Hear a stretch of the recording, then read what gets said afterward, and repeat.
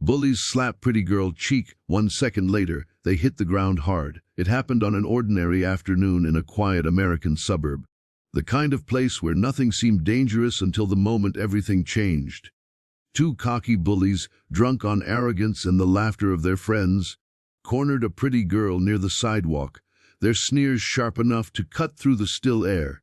And when one of them raised his hand and slapped her cheek, the world seemed to freeze, the sound echoing like a gunshot across the neighborhood. But what no one expected, what no one was ready for, was how quickly the tables would turn, because in the very next second, before the bullies could even register their cruel victory, a force more powerful than their fists and louder than their taunts knocked them straight to the ground, their bodies hitting the pavement hard, while the stunned girl, her hand on her cheek, watched with wide, unblinking eyes as justice unfolded right before her, faster than anyone could comprehend.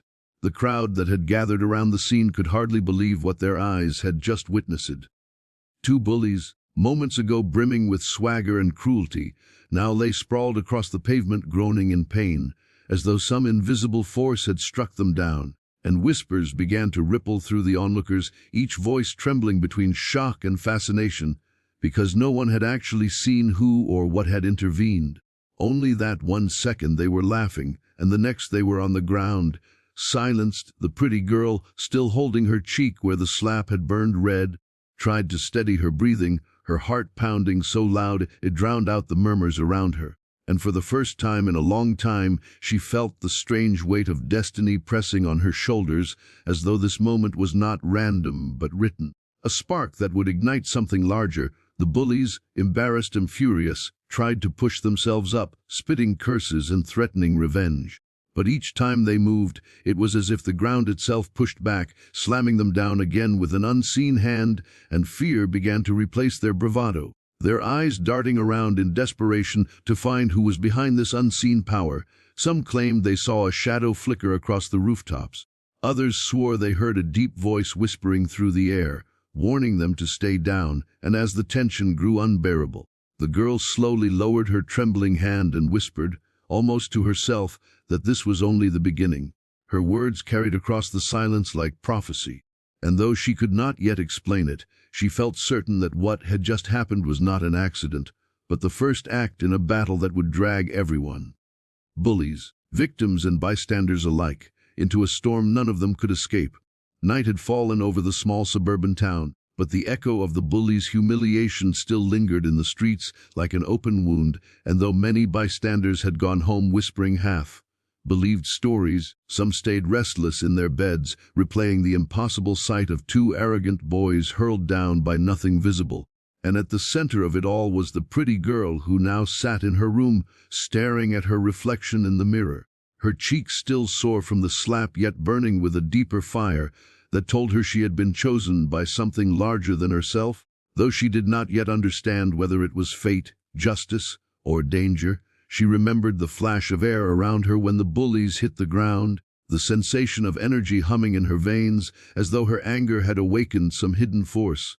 And though fear crept into her chest, she could not deny the small thrill that whispered she was no longer helpless. Meanwhile, the two bullies, bruised and shamed, staggered into the night swearing vengeance, but their bravado cracked every time they glanced over their shoulders, haunted by the memory of that unseen strike. And they swore they would not only make the girl pay, but also uncover what kind of power had defied them, because they feared it more than they feared humiliation itself. By dawn the rumors had spread like wildfire. Some swore the girl had a guardian angel, others claimed she herself had unleashed some ancient strength, and a few whispered darker tales that she was cursed or possessed. Yet whatever the explanation, the story turned her into a symbol overnight, and she woke to find messages scrawled on her window from neighbors, some offering support, others warning her to leave before things got worse. But instead of shrinking, she clenched her fists tighter, determined that if destiny had dragged her into the light she would not run. She would face it head on, because deep in her bones she knew the fight with the bullies was not truly about her, but about something bigger. A clash of forces hidden beneath ordinary life, a reckoning long overdue, and now she stood at the center of the storm, unaware that the next encounter would not simply end with bullies on the ground, but with secrets revealed that would turn her entire world upside down.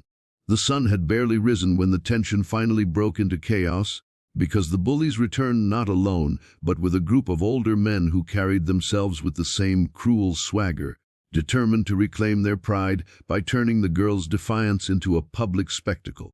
Yet as they surrounded her on the quiet street with neighbors peeking nervously through curtains, the air thickened with the same strange charge that had dropped the bullies before, and though she trembled inside, she stood tall, her voice steady as she demanded they leave her be, but instead they laughed, circling like predators, until one of them lunged forward only to be sent flying back by an invisible force that cracked the pavement beneath him, silencing the crowd in stunned disbelief. And in that moment the girl realized the power she felt was no accident. It pulsed through her blood, triggered not by hate but by the unyielding resolve to resist injustice, a gift she neither asked for nor fully understood, but one she could no longer deny. The bullies, now pale with fear, scrambled to escape, dragging their fallen leader away, but the community, having watched silently for too long, stepped out of their doors and into the street, rallying around the girl as though her courage had awakened something long dormant in them too. And suddenly the balance of fear shifted. The people no longer cowered before cruelty. Instead they stood shoulder to shoulder, voices rising, declaring that they would not let intimidation rule their lives again. And though the girl's heart pounded with exhaustion, she knew this was more than a victory over a few arrogant bullies. It was the beginning of a new chapter for everyone watching, a reminder that sometimes strength is hidden until the moment it is most needed, and when it rises, it not only defends but transforms, leaving behind a legacy of courage that no slap, no insult, no threat can ever erase. And as she walked home with the sun casting a golden glow across the suburban houses and grassy lawns, she whispered to herself that whatever this power was, it was no curse but a calling, and she was ready to face whatever came next.